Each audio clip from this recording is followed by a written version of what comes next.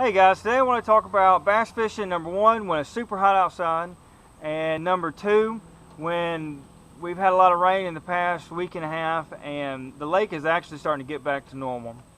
But I kind of want to go over, some things to think about. Number one, when it rains, of course, the worms and everything is going to start, moving up to the surface, because they're a little bit deeper too. That rains, they move up.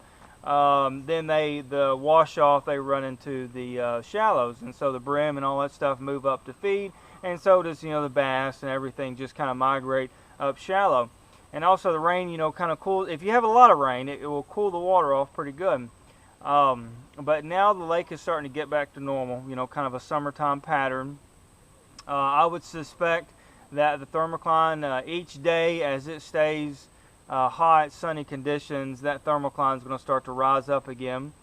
But kind of give you some ideas. In the summer I like to throw just about everything I have at them. I start the day out with everything. Your Carolina rigs, your jigs, football jigs, whatever it may be, fishing points, your swim baits, spinner baits, things like that, your Texas rigs, deep diving crankbaits,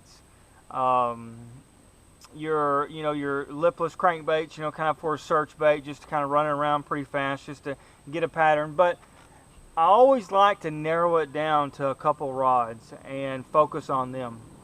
And I kind of did that today. It wasn't a great bite. I did catch some fish. They weren't on the big side, but a fish is a fish. I had my chances at a couple of decent sized ones, but they got off. But that's kind of the way it goes. But kind of go over things that I kind of narrowed it down to. One, I did use a deep diving crankbait over some deeper brush piles, but that wasn't working out today. So I switched over to spinnerbait. I didn't catch any on the spinnerbait in the video, but I did have several bites on it, and I thought it was going to produce because it is a little bit of a stain condition, and I thought the spinnerbait would do well fishing over the top of brush piles, slow rolling on points. But I just didn't have the bite there that I wanted. But then, nevertheless, I wanted to keep this on the deck so that it would be an option when I got to a new brush pile to, kind of burn it through the water column to see what type of mood they're in. But the two poles I basically caught everything on is, number one, they were both Texas rigs. But I had, on one pole, I had an 1/8 ounce bullet weight. And on the other pole, I had a 3/8 ounce. And for the 1/8 ounce, and I started out the day fishing a Senko, but as the day went on, I kind of moved a little bit more to a Zoom finesse worm, but I had a Senko on earlier this morning. But I wanted an 1/8 ounce, and I've got it pegged with a stopper, but I wanted an 1/8 ounce when I was fishing shallow. This is probably 10 foot or less, because I wanted a slow enough presentation when I'm fishing shallow. And sometimes when I started this morning, I was fishing 2 feet deep around docks, and so I definitely wanted a slow enough presentation. I just didn't want it and when you're fishing shallow, if you have too heavy a weight, it's going to make a big commotion, big splash, and you don't want that. But this was subtle enough where I still got bites off of this setup, and like I said, the 1/8 ounce worked well for shallow conditions. Now, as the day went on, I started moving deeper. As it started getting hotter, I started moving out to deeper brush piles, and that's where the 3/8 ounce came in handy. And I'll get it pegged again with the stopper, but the 3/8 ounce came in handy because it allowed it to get to the depth that I wanted pretty fast. And I was probably fishing brush piles in 15 to 20 feet of water, and stumps and points and things like that. And this allowed it to get down there pretty fast, and I could still keep in contact with the bottom as I was pulling it through. So kind of keep that in mind. Always try to kind of narrow it down to a few rods, and I think mentally that'll kind of give you a little bit more of a chance for success too, because you're not thinking I've got to throw all these lures into the water to catch fish. But always try to narrow it down to maybe 2 or 3 rods and really focus on that for the entire day. Sometimes it's easier said than done, but still, try to kind of pinpoint a few key techniques to focus on, and then run with that for the entire day. At one point, I showed you the inside the mouth of the bass, and it had the little tentacles of a crayfish, a crawdad, and so that was pretty neat. And that's the reason I switched over to the June bug color crawdad. So hope you guys liked the video. If you have any questions, let me know. Subscribe to the channel, share it, hit the like button if you like it. But till next time, we'll see you guys.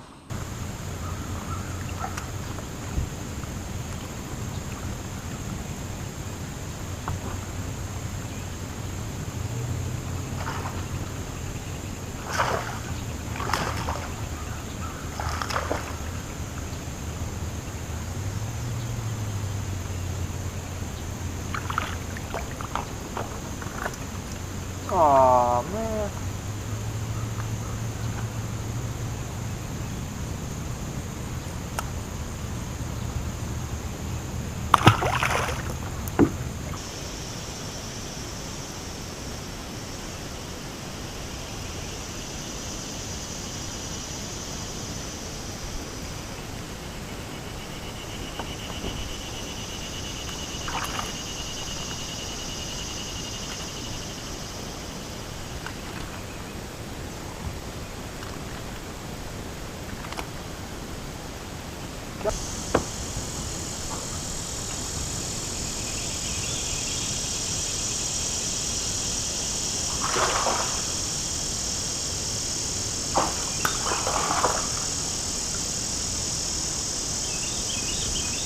A little bit better. Calm down, dude. Calm down.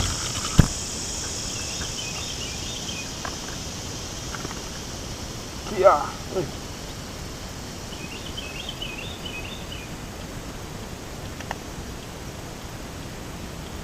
Need to fatten up.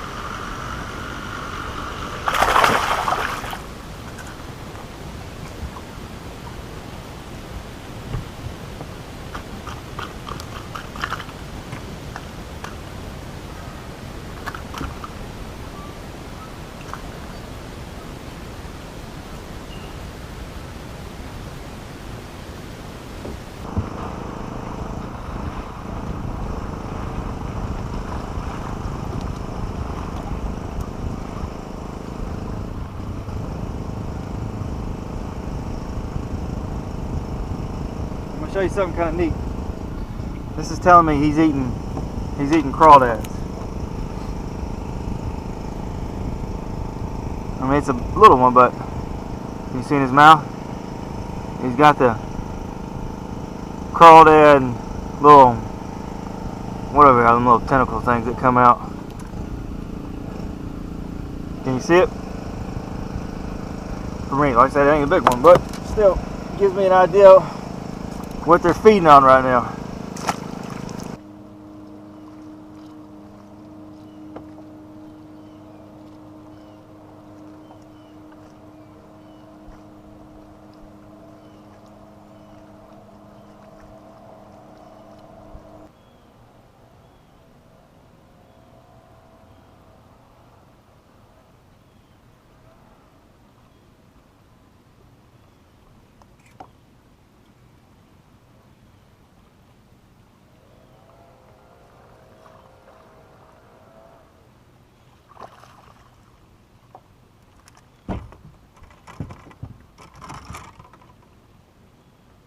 Tell you what, they're down there. I just hung a good one too. That's a large one out there.